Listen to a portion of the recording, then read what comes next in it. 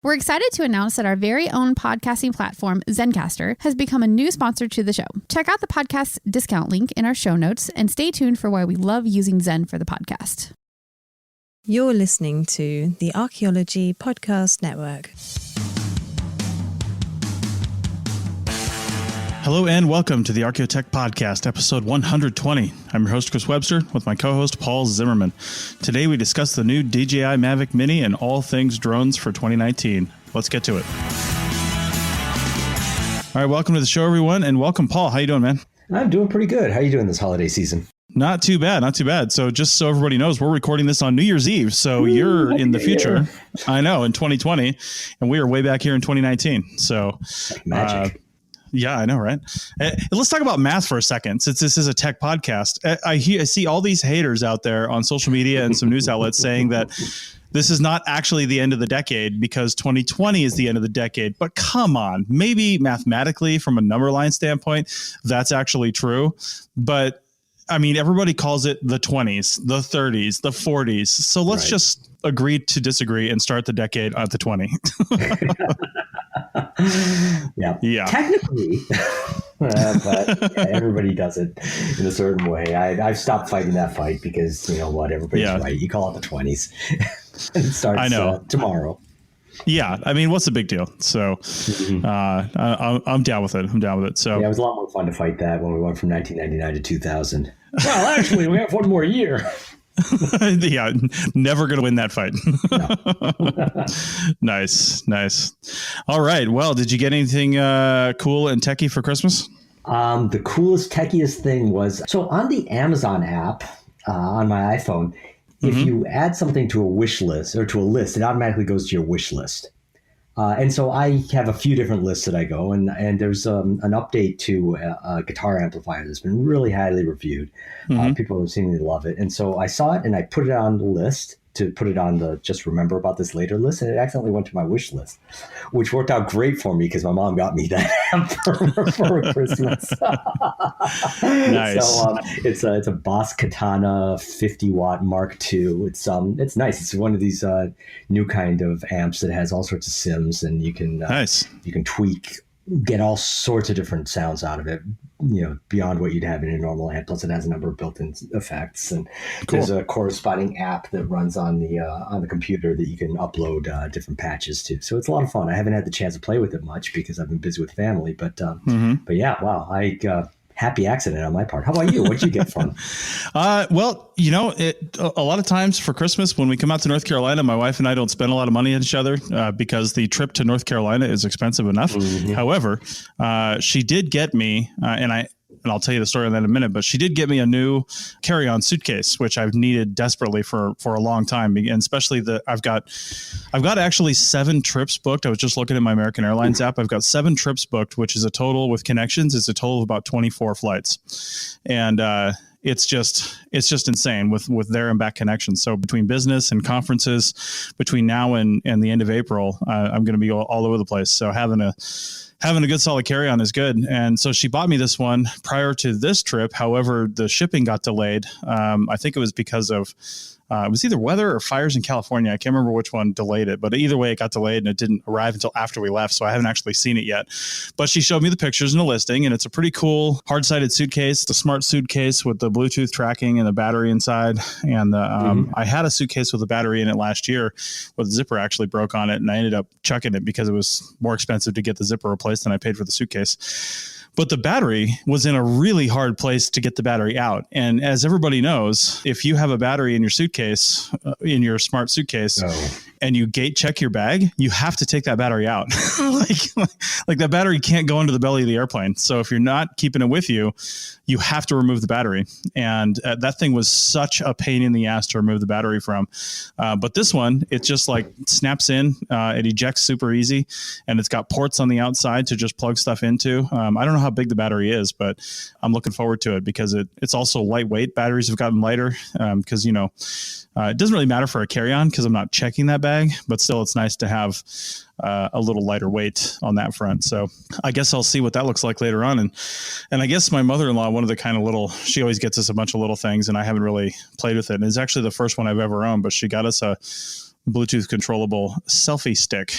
for our phones. Oh. Yeah. And I haven't actually taken it out of the box yet. So don't know how that's going to work out. I'm not really a selfie stick kind of person, but I can see using it because I'm getting ready to, I've been doing a lot of research online about some maintenance items on my boat. And I'm not very good with engines, right? I've never been a car guy or an engine guy.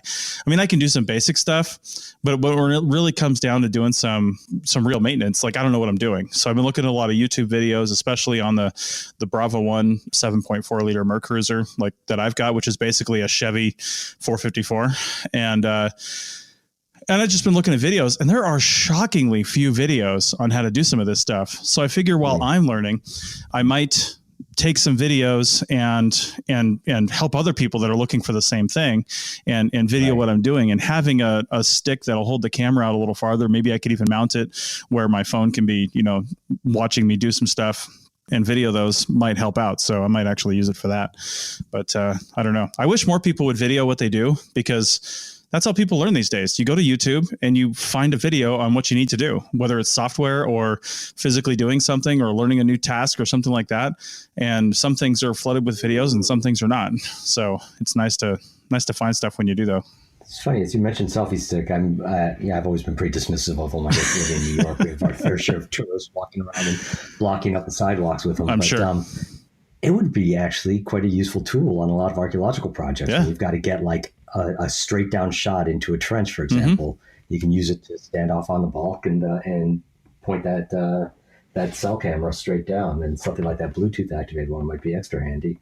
So there might actually be an archaeological tech component to that. Well, and you're right. And I didn't even think about that. And throwing in the throwing in my Apple Watch with that would be good too, because I've actually done this before. I've got a rear camera on my truck, but for hooking up the trailer without any assistance, I actually have this suction cup mount basically for my phone that I used to use. I used to use it in my truck actually, but now I have a different mount for the phone. So it's just kind of sitting on my desk in my office. Well, I pulled that off and I suctioned it to the tailgate, put my phone on it and pointed it straight down at the trailer hitch. So when I can see in the camera when I'm getting close, but the camera doesn't point down towards the bumper far enough to actually see the hitch and connect with the trailer.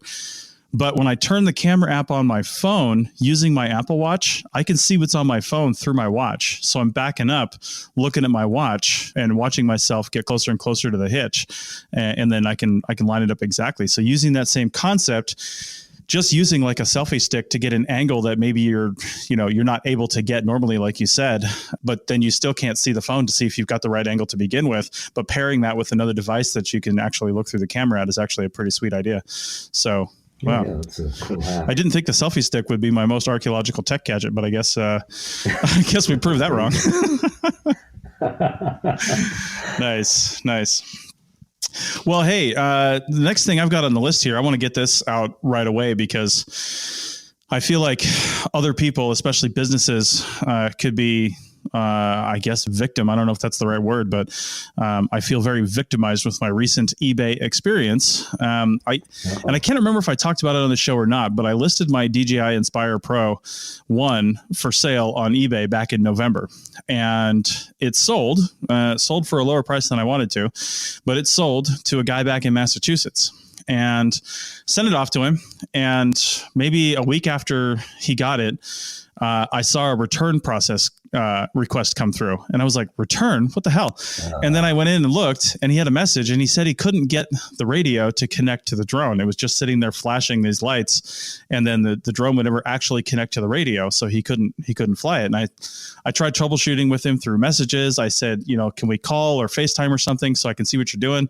And he refused to do that because, and I didn't even realize this, but I guess that's against eBay's terms, is to communicate outside of eBay with a buyer or seller. Mm-hmm. And I wasn't even thinking about that. I was just trying to help him get it going.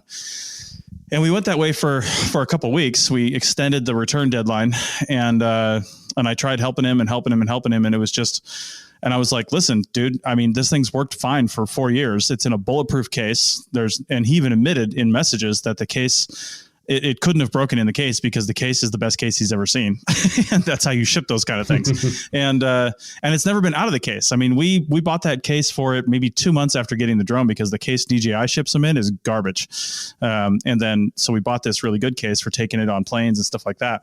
And the drone has never been crashed. I've never crashed it, never had a hard landing, never bumped it into something, never anything. They're really hard to crash actually because they're so stable. So all this is continuing, and he's telling me that something is wrong with it and that, he wants to return it because it doesn't work. And I'm telling him, listen, I feel for you, buddy, but your inability to operate this piece of equipment is not my fault. Like, the thing worked when I sent it to you, and that's it. But he processed the return, and then eBay was going to basically just have him choose in his favor. So I processed a complaint against him saying he bought something he doesn't understand, and now he's trying to return it to me. And I mean, ordinarily I'd be like, yeah, okay, you win some, you lose some, but it was $150 to ship that to him. And it was going to cost me another $150 to send him a shipping label to return it back. So I'm out $300 either way. It's not like it's just a wash. Like, I'm out $300. And I'm like, well, have him pay for the shipping to send it back. At least do that. But eBay just would not listen. So during the time when I basically resubmitted a complaint against him as a unknowledgeable buyer, basically, he took a picture. Now, during this whole time, he actually told me he owns 4 other DJI Inspires and never told me why he has so many. And I asked him, he's a photographer, but I'm like, what do you need one more for? Parts? I mean, what are you doing here? And he sends me back a picture, and there's the 4 spars that are basically the landing gear. And then there's two spars kind of on the, that hook to the landing gear, really thin ones, thin carbon fiber ones. And they are, I think, the ones that actually like pull the landing gear up, or they do something. Maybe they're just stabilizing. I don't really know what they do, but he sends me a picture showing one with a break right in the middle of it. Like almost like somebody took a saw to it and just cut right through it and then glued it back together. And he said the glue residue on there looks old, and it looks like I broke it years ago and then didn't disclose that to him. I'm just like floored, sitting over here going, what are you talking about? I was like, first off, I'll give you that maybe it's broken, but I guarantee I didn't fix it. I never saw it. The thing operates fine. Did it break in transport? I don't know. Did he break it? Did he take a part off of one of his and replace it onto one of mine just to beef up his claim? No idea. But I had what started out as a relatively civil conversation with eBay yesterday after they took $1,300 out of my account to give to him. They just closed the case with no further comment, and then basically billed me for that money. And since my PayPal account's connected to my checking account for my business, it just took the money. Like I didn't even get a chance to dispute it with eBay. And then I just got into a heated argument with this person, and they were basically just reading from their little script book and had no power whatsoever. I don't know. So basically I'm out the money. He hasn't shipped it back yet because I just sent him the shipping label yesterday. He's got until Thursday to ship it. So hopefully he does that.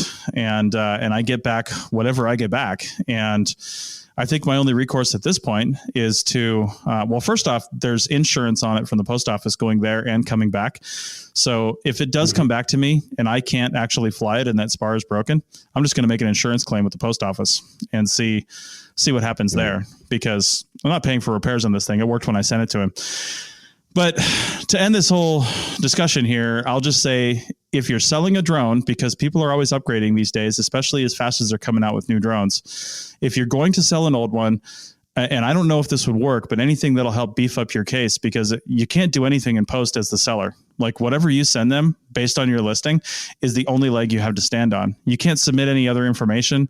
There's nothing that they'll take. So if you put in your post or your listing, no returns, no exceptions, understand how to work this. If your inability to not know how to fly this thing is not my problem, come up with some better language for that, but basically say those things. And then I was thinking, I think you can upload video to eBay as well as part of your listing, and, maybe take a picture, have somebody video you flying the drone and include in that video a picture of a newspaper with the date the latest date that you possibly can, just so they know that you flew it at least the most recent period of time, because I had no pictures or video of me flying the drone. The only thing I had was my DJI flight logs, which don't really prove anything. They prove that I flew it, or at least turned it on and ran the motors. Mm-hmm. I don't even know if it proves that it actually flew.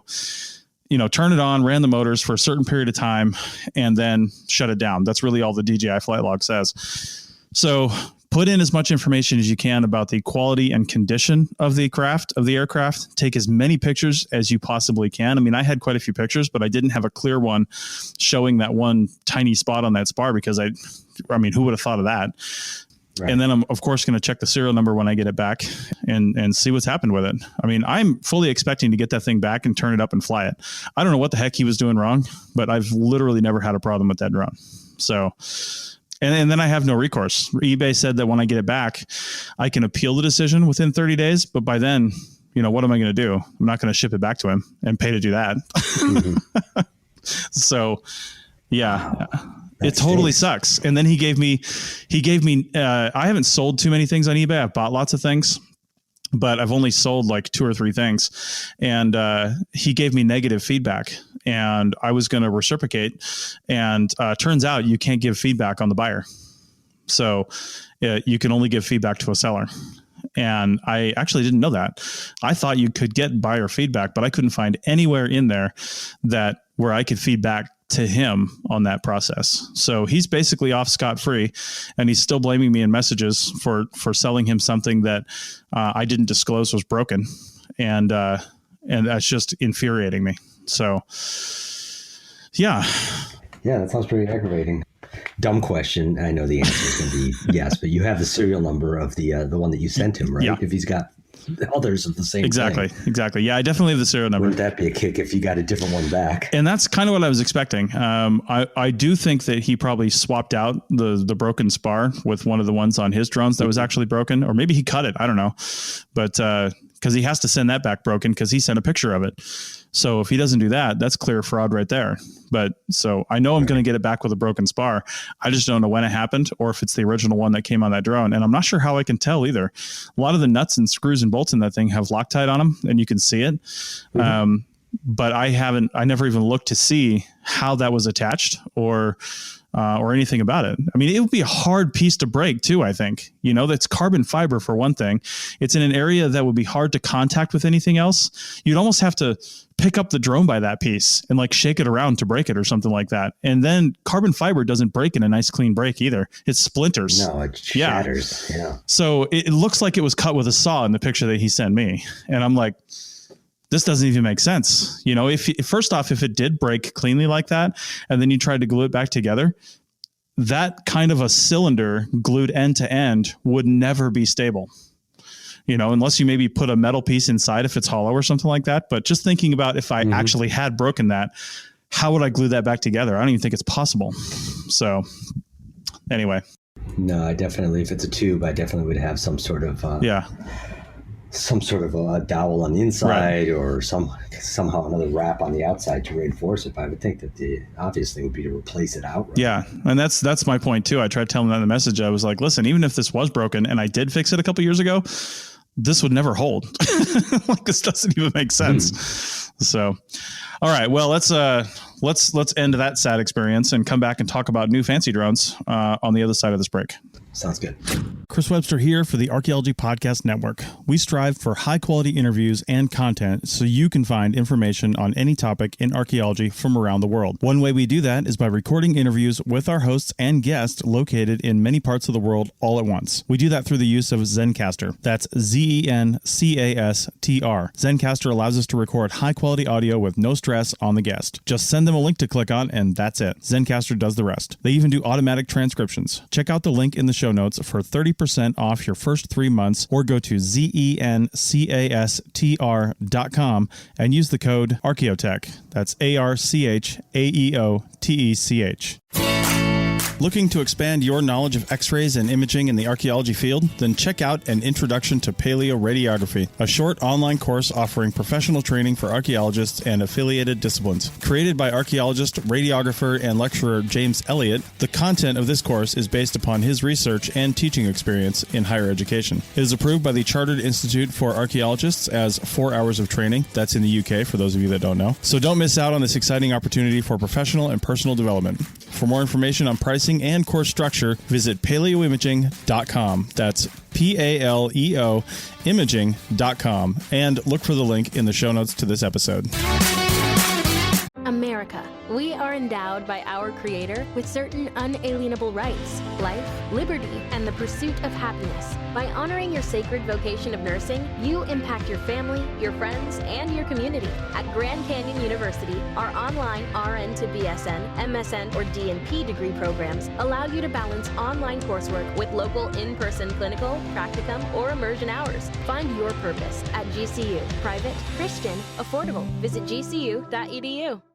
Hi, welcome back to the Architect Podcast, episode 120. The last segment there, we were talking about a little unfortunate incident with a drone you were selling, right, Chris? But one of the points you made in that was that people are constantly upgrading and buying new drones because so many new ones are coming out. And I understand that you got your hands on one of the new ones recently. You want to talk about that a little? Yeah, the brand new DJI Mavic Mini. Now, I don't think it's the smallest drone that they sell, because I think the Spark is a little smaller. But the point of the Mavic Mini is it's the smallest one in the Mavic line. So if anybody's seen a DJI Mavic, they have a very particular look to them with those two little spars for the front landing gear, and they kind of like sit on the ground a little bit.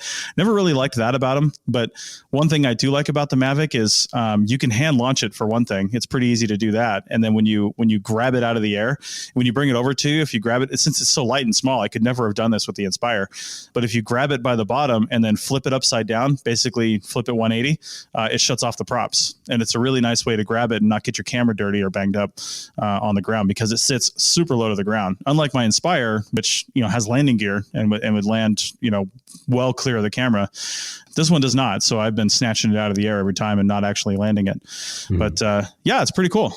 Yeah, so you've been having fun with this. When did it finally arrive? Well, I got it right before Thanksgiving. Mm-hmm. So I used it quite a bit at Thanksgiving. That's when I learned how incredibly slow it is compared to the Inspire. The Inspire has so much more power. I mean, I've got that thing. I was looking at my DJI flight logs. I think I had it up over 40 miles per hour at one point when you put it into like speed mode and remove all the restrictions. But the Mini, I'm pretty sure it wouldn't do over like 18 to 20 miles per hour, I think, because we were driving our vehicles on the beach up there in northern Oregon near Astoria. There's like a 10-mile section where you can drive on the beach. And I had the Mavic out, and I was my wife was driving, and I was running it from the passenger seat, following along with us, and we had to go pretty slow, otherwise we would lose that thing. And my brothers got the DJI Spark, and that thing was super fast. I mean, it was probably 10 miles an hour faster than the Mavic Mini, and I don't really know why they underpowered it like that. My guess is that's one of the claims on this is that you've got 30-minute battery life versus most DJI products, which are 15 to 20 at best, and which includes my brother's Spark. But this one is capped at a speed, clearly, because I know it could go faster, but it's capped at a speed that probably helps increase its battery life. People don't realize how much they're taking it down by just gunning it from one location to the next. Right. And it really does get 30 minutes. I mean, I was shooting 2.7K video, which is the highest video resolution on that one, which is another thing that probably saves the battery is the encoding on that video. It's not 4K, it's 2.7. You can't really tell the difference when you're looking at it, but it's slow. It's slow compared to the other ones. That being said, super maneuverable, really great. It takes amazing video. I mean, it's just really, really, really stable. The camera has all the same gimbal access control as the other Mavic lines, and you can see that thing in a heavy, like we're out there in a pretty heavy wind right on the Oregon coast on the ocean, and when it's sitting there and the drone is like shaking a little bit and heeled over, trying to keep its GPS position and its altitude, because it's got the downward facing radar sensors as well. And it's trying to keep its altitude and its position. And it looks like it's really struggling, but the video is just rock solid and level. And it's very impressive. And that's a common attribute of DJI drones. But for something that weighs 249 grams, it was impressive that it was able to do that. That's the one thing I was really worried about, was the lightweight nature of it. It wouldn't be able to hold that kind of wind. And it very much is. And unlike the DJI Inspire, which, as I said in the last call, I've never crashed. I've crashed this one twice. Wait, like that? Well, I was being stupid the first time. I was trying to land it. There was this wooden sign that was probably, I don't know, 5 feet wide by 5 feet tall, the actual sign portion of it. And then it had 4x4 posts on either side. And it was on the beach in Seaside, Oregon. And it's just this sign that tells you a little bit about the beach. But I was being an idiot, and I was going to try to land on top of one of those posts. And a wind gust came along, and this is where, it'll hold its position, but it takes a second to correct, right? And a wind gust came along as I was approaching it and basically threw me right into that sign.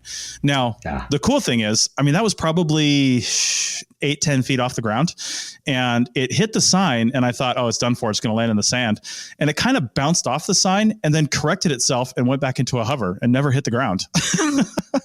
Wow. Yeah, it did bang up the props a little bit. The props are those really small.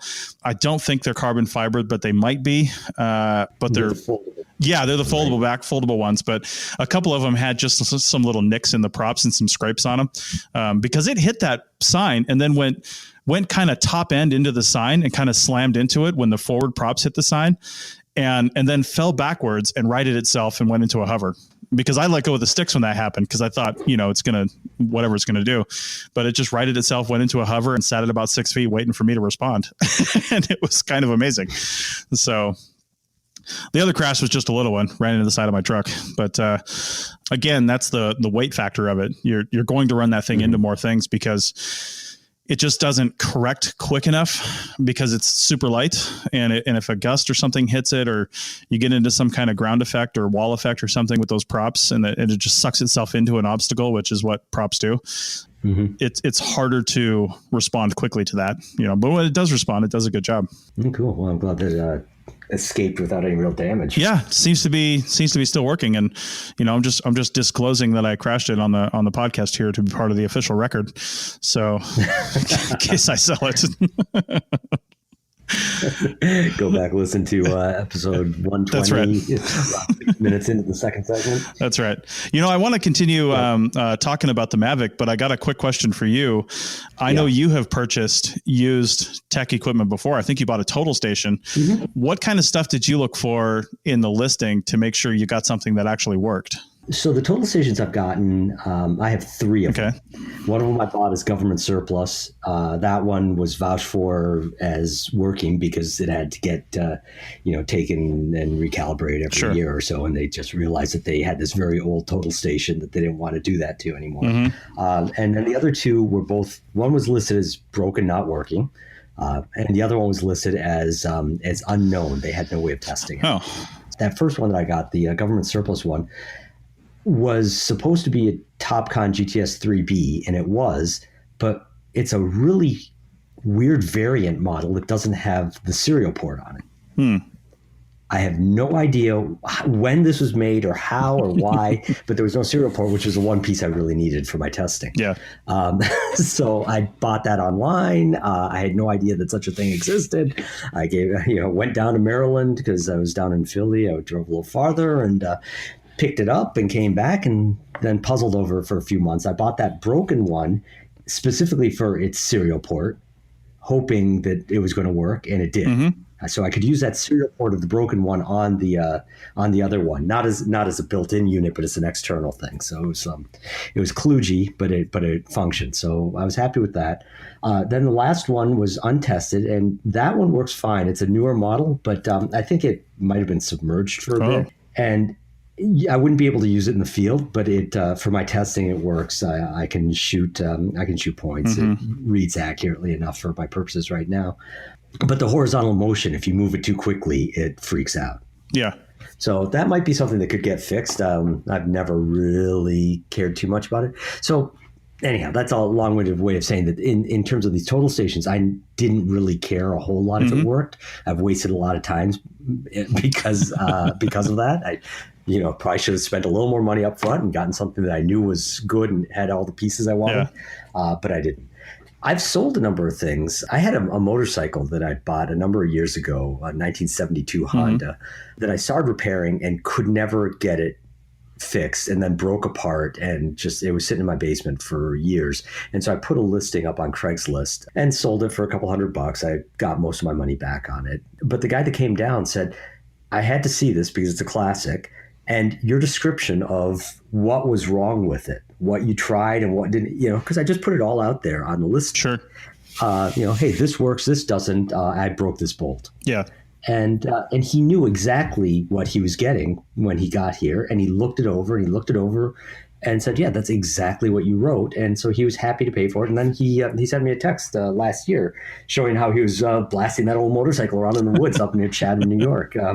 So he was a better mechanic than I am. Nice. And that's so anyhow, that's another way of saying that. Another thing to look for is if you're questioning the quality of something that you're buying used, I tend to have a lot more faith in the people who very explicitly say what's right and what's wrong with it, rather than somebody that says, it works and leaves it at that. Right. It just, gives one a greater sense of confidence. So I don't think that I would buy anything used anymore that didn't have a very explicit statement that yes, it's in 100% good shape, or no, it's not. These are the things that are a little off with it. Yeah. And it sounds to me like, back to that Inspire story of yours, like you were up front and it worked and there was no reason to say anything bad because it had been babied its whole life. Yeah. That's the problem I'm running into is I disclosed everything I knew about it, which was, hey, this works. It's not the original case. It's a special case we bought for it. The second radio works great if you want to have a camera operator. I disclosed all that information. I didn't think I had to disclose things that were possibilities, like that weren't true. Like, oh, I looked this whole thing over and there's no cracks or breaks or anything like that. I thought that was implied by the fact that it works and it's never been crashed. So, it's difficult. It's difficult to do that. That's why I said, I think take a video or picture of it actually flying with some sort of date marker inside the picture. It doesn't help to do the metadata because I think eBay strips all that stuff anyway. So, you have to put something in the photo that they know about the date and time and stuff like that. At least that'll help your case a little bit. So anyway. Yeah, well, that's good. I was curious about that because I think buying tech equipment and cars and mechanical things like that, it's always, first off, somebody's selling it for a reason. It's not always because they just upgraded and they want a new one. I think with drones, you can probably assume that they're upgrading it and getting a new one, unless they're selling a brand new one. Then you got to kind of wonder, where'd you get that? Why are you selling it now? Because it came out a month ago, that kind of thing. But if you're buying something that's a few years old, I think it's a logical assumption to assume that they just upgraded and got a new one. And if it's DJI, you can also assume more than likely that they didn't crash it. But that's also not necessarily the case because these things, when you get them up out of range, like for example, I was flying the Mini up here in Asheville, North Carolina, at my brother-in-law's place. And there's a lot of tall trees surrounding their property. And I flew up over the house and then came back down and then was flying kind of through the trees. And at some point, I lost visual sight of the drone, which you're not supposed to do. But I didn't know that was going to happen because it happened really fast. And I had to look down at the camera exclusively. But those cameras notoriously have no peripheral vision. So it's easy to run into stuff to the side. You think I'm flying straight, but sometimes you're flying straight, but it's not like line of sight, first person view flying. You can turn that mode on, but if you're not flying that way, you could actually be flying a little bit sideways and fly yourself right into a tree branch, which I almost did. So that's super easy to do. And then if you do that and the props stop at all or something happens, those things will just crash right to the ground. No questions. I mean, it'll just tumble right through. I have a friend that bought a Phantom that he was flying around and he was trying to follow the vehicles on the ground on the trail they were riding on and just hit this tree branch. And then he put the video of the drone crashing, like from the drone's perspective in the thing. And it was just this chaotic fall to the ground through this tree, hitting every branch all the way down. Yeah, it's pretty hilarious, but didn't hurt his drone really. He had to get new props for it, but the drone was fine. So Yeah, that's the other thing. They're really resilient and robust. The DJI products are. They're just really well put together and kind of designed for that stuff. If somebody gets it in the water, it's done. I mean, that's pretty much death sentence for those things. But if it just hits a tree and crashes or something like that, I think the worst case scenario is the best case scenario is you're just going to have to replace the props. The worst case scenario is you overstripped or stressed out one of those electric motors, and one of those could be fried out, but they're also replaceable. So, Right. Well, since we're talking about Phantom, last year, I think in January of last year, I purchased a used Phantom 3 standard. My first real drone. And I bought that again on Craigslist. So I met with the guy beforehand, and he was selling that one. He loved it. He used it a fair amount, babied it. I could see visually that it was in good condition. There were no scuffs or anything like that. He had extra props for it. And his explanation was that he had just purchased a newer one. I think he got a Spark, and that was serving him better. So he hadn't flown this one in a while. Didn't need 2 of them because he lives in Manhattan, and storage space is at a premium, and so that's why he was getting that one up. And so that one was at a fair price. The guy seemed honest. The product was exactly as stated in the ad, and I've been happy with it ever since. And you went there physically to pick it up, or he shipped it to you?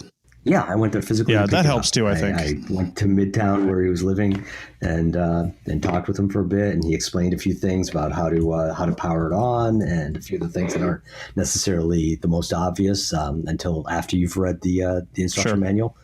And it was just it was straightforward, and I came home and used it.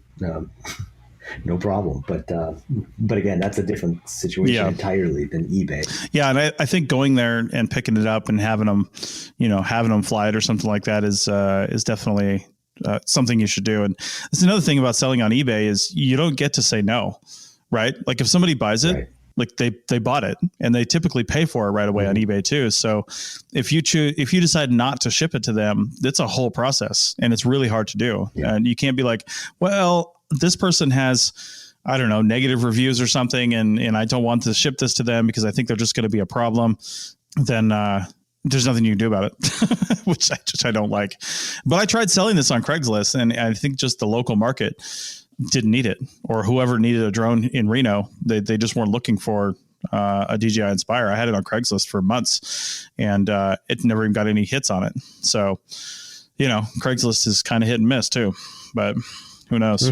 Absolutely. All right. Well, let's take our next break a little bit early. We're going to kind of talk about our apps, some app of the day stuff, but I want to talk a little bit more about the DJI app and some stuff for the Mavic Mini. And we'll just go ahead and do that on the other side of the break. All right. Sounds good. You may have heard my pitch for membership. It's a great idea and really helps out. However, you can also support us by picking up a fun t-shirt, sticker, or something from a large selection of items from our TeePublic store. Head over to arcpodnet.com/shop for a link. That's arcpodnet.com/shop to pick up some fun swag and support the show. What's the easiest choice you can make? Window instead of middle seat? Picking a vendor who sends a great gift basket? Outsourcing business tasks you hate? What about selling with Shopify? Whether you're selling a little or a lot, Shopify helps you do your thing, however you cha-ching. Shopify is the global commerce platform that helps you sell at every stage of your business. From the launch your online shop stage to the first real-life store stage, all the way to the did we just hit 1 million orders stage. Shopify's there to help you grow. Whether you're selling scented soap or offering outdoor outfits, Shopify helps you sell. Wherever and whatever you're selling, Shopify's got you covered. Sign up for a $1 per month trial period at shopify.com/try. Go to shopify.com/try now to grow your business, no matter what stage you're in. Shopify.com/try.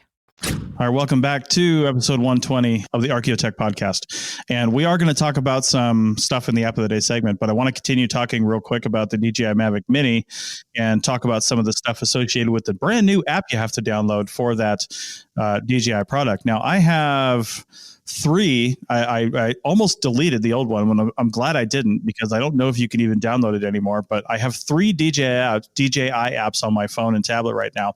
I have one for the Inspire because that ran that class of products. I think there's several products that run off of that app, the DJI Go app. And then there was a DJI Go 2 or Go 4 or something like that, or I don't know what the DJI 4 app or whatever they call it. I don't know. But that runs my DJI Osmo Mobile, the little hand stick thing I've got for my phone. That runs off a completely separate app. And I think the Inspire 2 and some newer models of that, maybe even the Mavic ran off of that one as well. Actually, you know what? I think the Mavic has its own app. But anyway, I had to download the DJI Fly app, which is a brand new app from DJI, which is really getting irritating, DJI, that you're not just updating all your apps to handle all your devices. But I had to download the DJI Fly app to actually control the Mini. And let me backtrack, because every segment we talked about this eBay guy, but I think maybe that could have been another problem. Maybe he had Inspire 2s, but he didn't have the right app to actually connect, because if you don't have that original DJI app, it's not going to connect.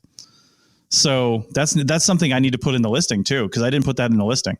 I didn't even think about it. So if this thing is flyable when I get home and I relist it, I need to put that in the listing. You need to have this DJI app with this software. And it's the same thing if you're buying anything that has software. If you don't have the software to control the mechanical device, then you're dead in the water. So, yeah, that's actually a good point. And you jogged my memory. That's one of the things that the guy told me when I bought my drone. It's like, you got to get the older DJI app, not the current one, because the current one is for the new line, and the older one will work with the Phantom. So it's updated. Don't worry, that's the older one. But if you download the wrong one, you're not going to be able to use it. Yeah. So he gave me a little heads up on that. And that's becoming more and more of a problem, because I haven't even looked to see if the old one's available on the App Store still.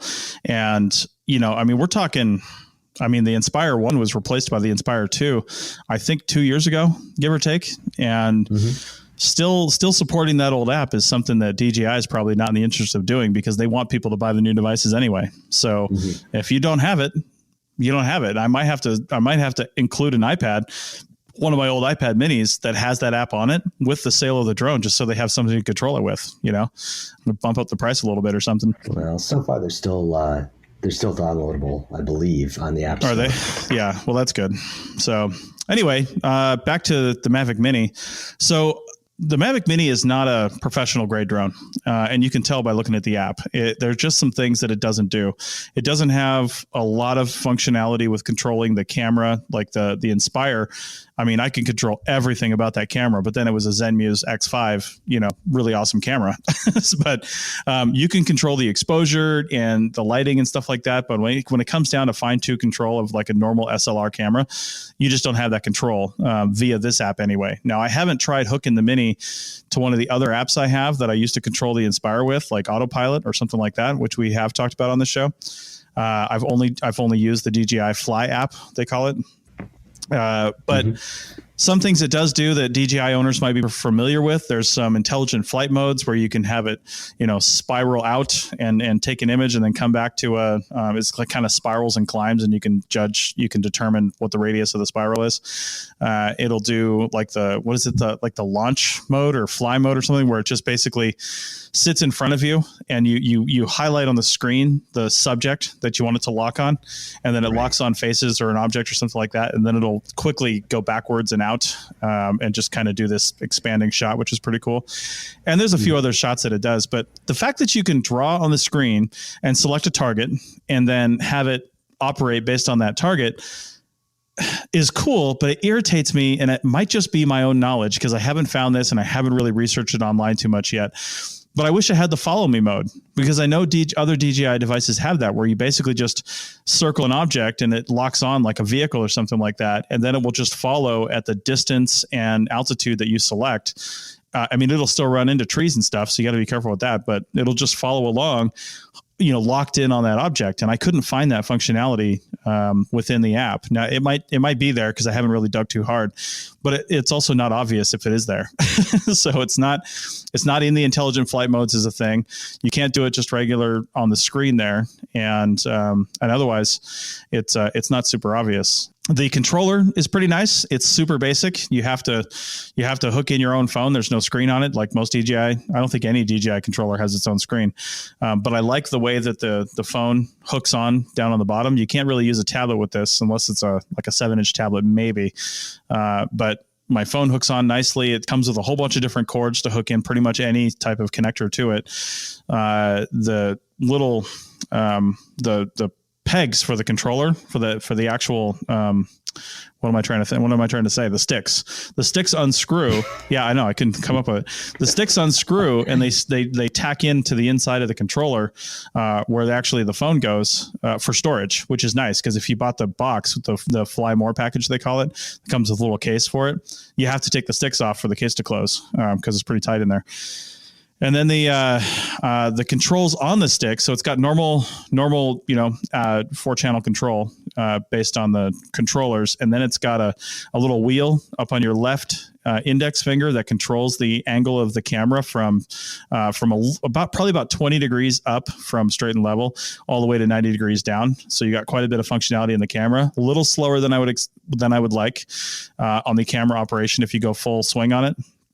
But it's still pretty cool because fine control on that little knob allows you to do really smooth camera movements, and it eases into it really nicely. It doesn't like jerk into a camera movement. If you're really fine on your index finger, you can get that thing to just slightly swing up, and it makes for a really cool shot.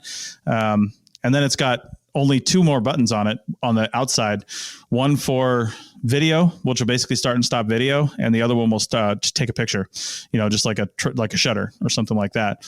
And then I guess the only other 2 buttons on the controller is the power button and then the return to home button. All DJI controllers have a return to home button, so if you push that, it'll go to its return to home altitude, whatever preset altitude you set that ideally is over any obstacles between you and the drone, come back to that GPS position, and then land where it took off. So pretty cool. Otherwise, the app is functional. It allows you to go into like beginner mode or sport mode or cinematic mode, which basically makes it so you can go full swing on any of your controls, but it's going to ease into and out of all those and go super slow. So you can take some nice shots and not have to worry about being delicate with the controls, which is kind of nice because it's real easy to do a jarring movement right in the middle of a good shot and then screw that shot up. So if you put it into cinematic mode, you can go full deflection on your stick and it's not going to do anything crazy.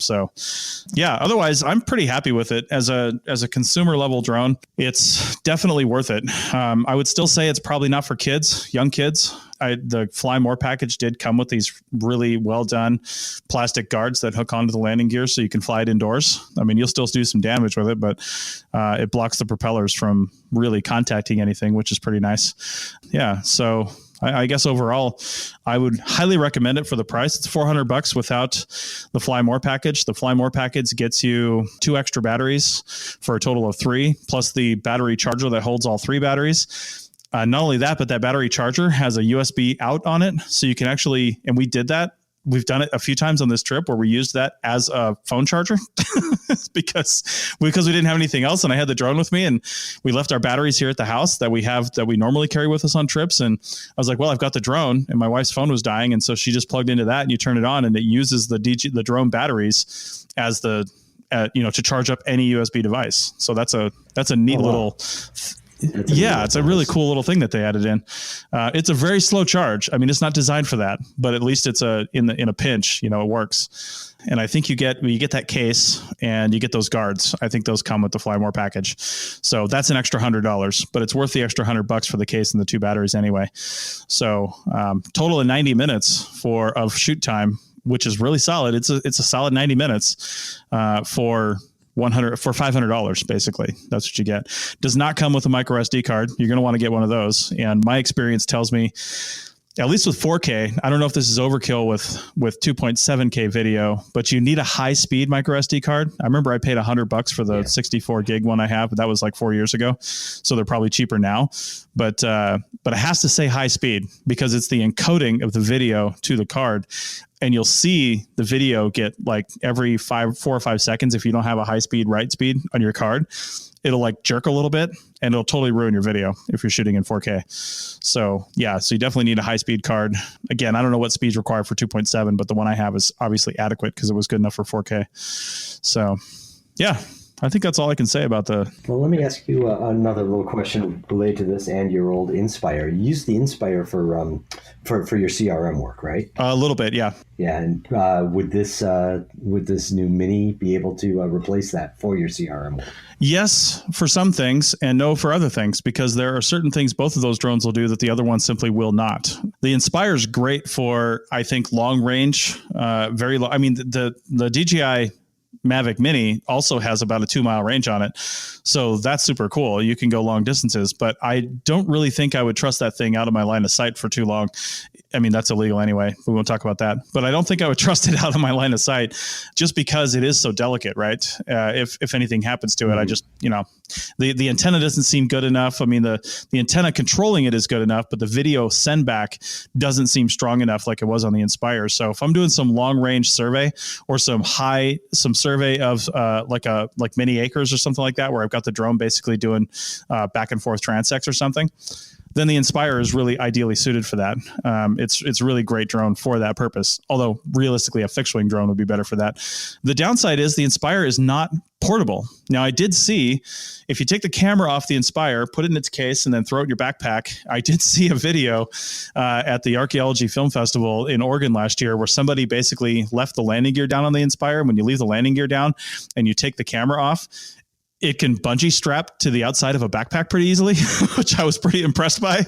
But it's still, that's not a very good solution for a $5,000 drone, right? It's just hanging out there and you're hiking with it. And if you slip on the trail or something like that and fall on your back, you just squish your drone. So it's definitely not portable. And that's the biggest downside of it.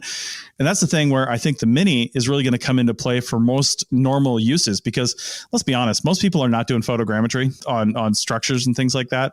Most people are just going out and doing survey. If you're talking about the West, people are doing pedestrian survey, where we always have to take side overview photos of a site, and the ability to take that Mini out of the really light Mini out of a really light case and fire it up within, I'd say if you were really in a hurry, within probably about a minute, you could have the app on, your phone plugged in, the sticks on, the drone out, sitting in your hand, turn it on, connect to the controller. In less than 60 seconds, you could be flying. And then you can hit the auto takeoff button because you need both hands to start the props manually. But if you just hit the auto takeoff button, it'll take off from your hand easily, go up to a hover and sit there.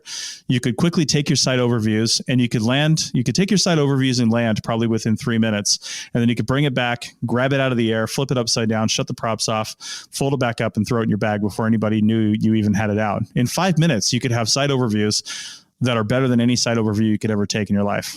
And I think that is invaluable, and it doesn't take up much space, and it's super light, and you've got 90 minutes worth of battery time, which is more than enough for a whole day of survey. If you're just doing overviews, feature photos, stuff like that, you don't have to worry about carrying extra batteries or anything like that. 90 minutes is plenty for the amount of stuff you're going to find. So I think that is a huge game changer. And not only that, but it handles itself well in the wind. We frequently have afternoon winds in the Great Basin that are, 20, 30 miles per hour. That's not uncommon. That's the norm. And this thing can handle that like a champ. And it's just, it's perfect. So I think it's the drone that's going to change everything for being able to do that kind of stuff for just the average survey crew, not some specialty application like photogrammetry or something like that. It'll be interesting to see how many people adopt them. I mean, certainly the consumer drones have made huge inroads into all sorts of different archaeological work. So we'll see if this is, the tipping point. Right. Well, when you look at the cost, I mean, hell, people will pay more than that for an SLR camera that they might take into the field, So, I mean, $500 for the full package there, which I would definitely get if you're going to take it in the field, is completely affordable for what you get out of it. So now keep in mind, I know the FAA is not sitting out in the high desert watching you, but technically somebody's supposed to have a Part 107 license if you're taking this out on a survey. Again, I don't think anybody's out there policing that. And it's unlikely you're going to get caught, but you didn't hear me say that. Actually, you did, because you're listening to this podcast and I just incriminated myself. But I know I think it's not that hard to get a Part 107 license, and not the pilot doesn't need to have one. Somebody on the crew needs to have one. Anybody can fly the drone. Somebody on the crew needs to have the 107 and just be the observer and be the responsible party from a flight standpoint. So you can just have somebody get that, and then anybody can fly the drone and get the pictures done. So I think every survey crew should have one. That's where I'm at right now. And if I do any more survey, I'm really excited to do some survey I've got to do coming up this spring and summer and take that out and do some site overviews with it. I think it's just going to be, it's going to change everything for archaeology and how we can visualize sites. Just imagine taking an overhead picture with all the flags up and being able to see all that stuff versus standing on the edge of the site, like 10 meters outside the boundary, like we usually do, and just getting this linear view of a 200-meter long site. I mean, it's completely meaningless. All those pictures are meaningless. So, all right. Well, in the last few minutes here, Paul, let's just talk about some apps that we've reviewed recently. I know one that you were talking about, which was called Just 6 Weeks. Are you up to 100 push-ups yet? Oh, I'm well over 100 push-ups. Nice. I haven't been able to finish the 6 weeks. The fifth week ramped up really fast. So it was like the first set was 40 and the next set was over 35. I can't remember. It probably varies depending where you start. Yeah. And so by the Friday, I'm doing it Mondays, Wednesdays, and Fridays. By the Friday, I wasn't able to complete it. Right. And then I went rock climbing this last week. I was going to redo week 5. And then I went rock climbing with my son on Saturday. And I'm still a few days later aching from that. So I've now fallen off the wagon. But the point of why I wanted to mention this again was I said, I hate exercise. Not exercise in like going out and doing something, but deliberately carving out, time to run or lift weights or anything like that. I've always detested. But I've stuck with this for a bit, for a month and a half now. Cool. And, I don't like it, but it's I've stuck with it, which is amazing. And there was actually just the other day, there was a special for the holidays to unlock it for $1. Normally it costs $2.99, so it's not that expensive anyhow. And I said, to hell with it. I'll unlock it and at least pay for what I've been using, and maybe even do some of the other exercises if I ever feel like it. So that was interesting. Nice. Having this constant reminder there, in this case, worked for me for the time being. We'll see, how long I stick with it going forward. But there. Now, the other thing that I want to mention, though, was the other app. I think we probably mentioned it about the same time. Was Noom. Yep. And you said that you'd looked into it. I said that my mom had just told me that she'd signed up with it. And one of the questions we had was about the pricing on it. Mm-hmm. Because it was unclear to you what the pricing was. Well, a couple of days ago, we were driving in the car. And my mom said, "What's this? $129." And that was $129 that she got charged out of the blue for her Noom subscription for the next year. Oh, man. So yeah. Now I hope she sticks with it, because that's most of the price of a new amp. Yeah. Well, that's annual pricing too. And I think you save a little bit doing the annual pricing. So if you think you're going to stick with it, there you go. And I'm actually kind of okay with that. And I don't think I've been charged that yet. I don't think I've been part of it long enough, but I'm okay with that because I feel like it would make me, I've already paid for it, right? So I feel like it'd make me like pay attention to it a little more. Although I got to tell you, I was reading all the articles, because they come out with articles every day that kind of help you, educate you on different things, and then having to do weigh-in every day and stuff like that. Now, we've been in North Carolina since the 23rd. And to be honest, I really fell off the wagon on that thing. Like, I wasn't even meals are hard to log when you're eating little things here and there. And it's really kind of it's like homemade meals and stuff. How do you even log the calories for that? And it's just really difficult to stay on it. So I kind of just stopped, and I forgot that I had added this as part of my profile when I first started, but the Noom app sends me notifications all day, and I just basically ignore them. I've been reading some of the articles, but I haven't been finishing the day.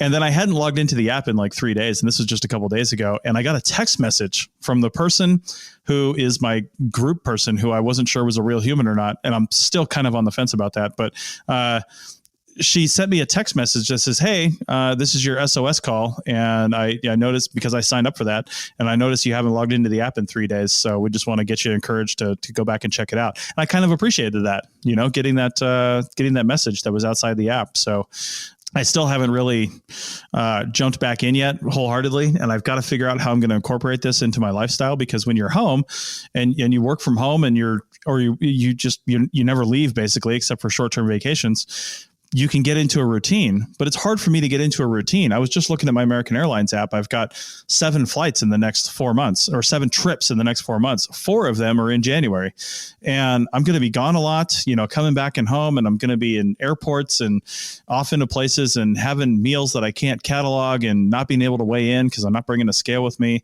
and not doing all those things. So I don't know how people do that and how they cope with it, but we'll see. I'll keep it going, but they're going to yell at me some more. I can tell you that right now. Well, good luck with that. So, yeah, I think if it works for you to get motivated by that sort of, I don't know, pressure is the right word, but if it works for you to get motivated by that, then that's great. But you have to really pay attention to what the thing is telling you, because they're giving good information. And if you don't do that, like anything else, you're going to fail at it. And that's the part I got to get better at. So anyway. All right.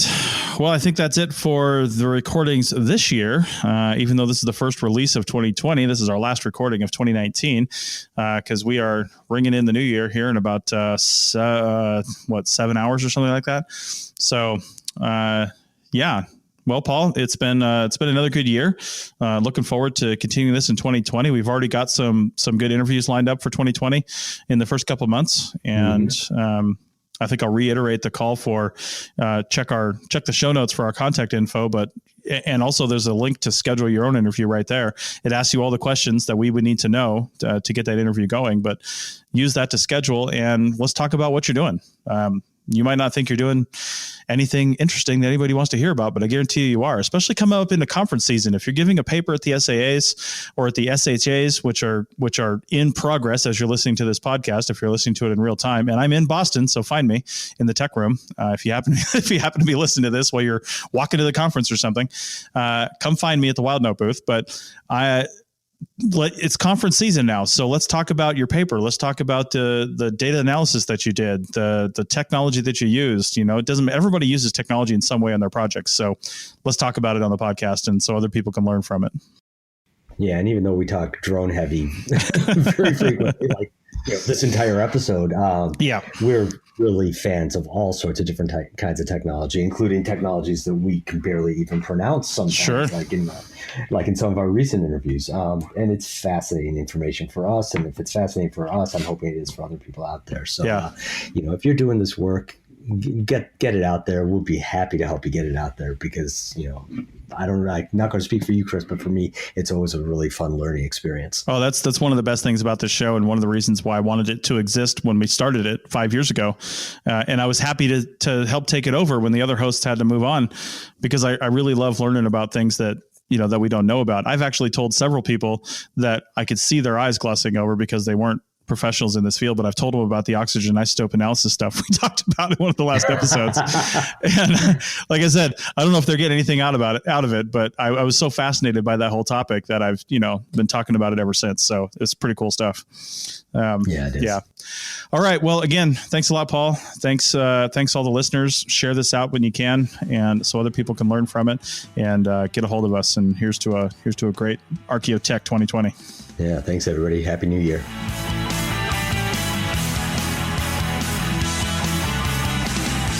Thanks for listening to the Archaeotech podcast. Links to items mentioned on the show are in the show notes at www.arcpodnet.com/archaeotech. Contact us at chris@archaeologypodcastnetwork.com and paul@lugal.com. Support the show by becoming a member at arcpodnet.com/members. The music is a song called Off-Road and is license free from Apple. Thanks for listening.